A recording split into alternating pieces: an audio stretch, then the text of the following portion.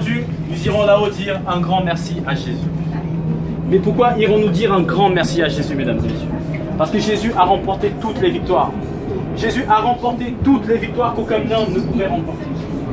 Et en remportant ces victoires, Jésus a démontré qu'il avait une autre nature que la nature humaine. Qu'est-ce que je veux dire, mesdames et messieurs? Ce que je veux vous dire, c'est que Jésus est le salut que Dieu a envoyé sur la terre afin que tout homme qui croit reçoive la vie éternelle. Parce que Jésus-Christ est vivant, mesdames et messieurs. Jésus-Christ n'est pas juste un homme. Jésus-Christ n'est pas juste un prophète, comme beaucoup le disent. Jésus-Christ est la parole de Dieu faite homme. Et la parole de Dieu faite homme fait que Jésus-Christ est fils de Dieu, mesdames et messieurs.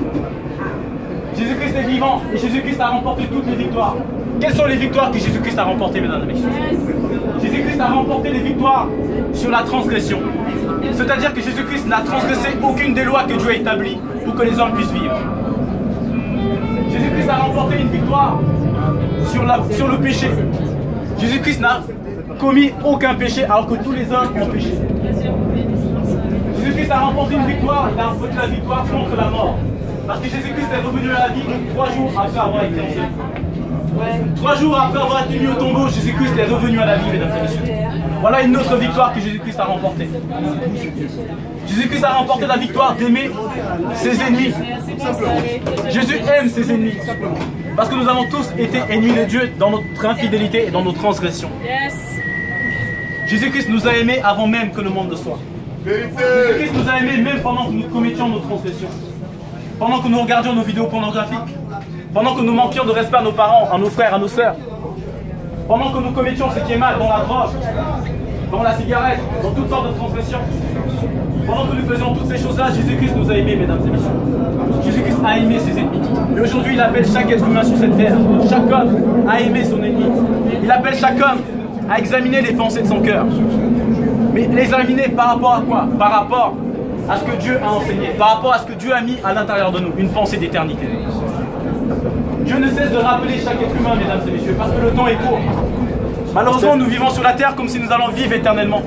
Nous pensons que nous faisons ce que nous voulons et que comme ça nous serons heureux, mais ce n'est pas vrai, mesdames et messieurs. Quand on fait ce qu'on veut, c'est là qu'on n'est pas heureux. Mais quand on fait la volonté de Dieu, c'est là qu'on trouve son véritable bonheur. Beaucoup de jeunes aujourd'hui pensent qu'en vivant dans la fornication, c'est-à-dire dans le sexe en dehors du mariage, beaucoup de jeunes pensent qu'en vivant dans la drogue, dans les cigarettes, beaucoup de jeunes pensent qu'en vivant dans le sport jusqu'à outrance, ils vont trouver le bonheur. Mais je vous dis, mesdames et messieurs, qu'il y a des conséquences à vivre comme on veut. Quand on vit dans la fornication, c'est-à-dire dans toutes sortes de relations sexuelles, en dehors du mariage, eh bien il y a des maladies, mesdames et messieurs. Eh bien il y a des enfants qui naissent et qui vivent avec un seul parent, ou même des enfants qui naissent sans parents du tout.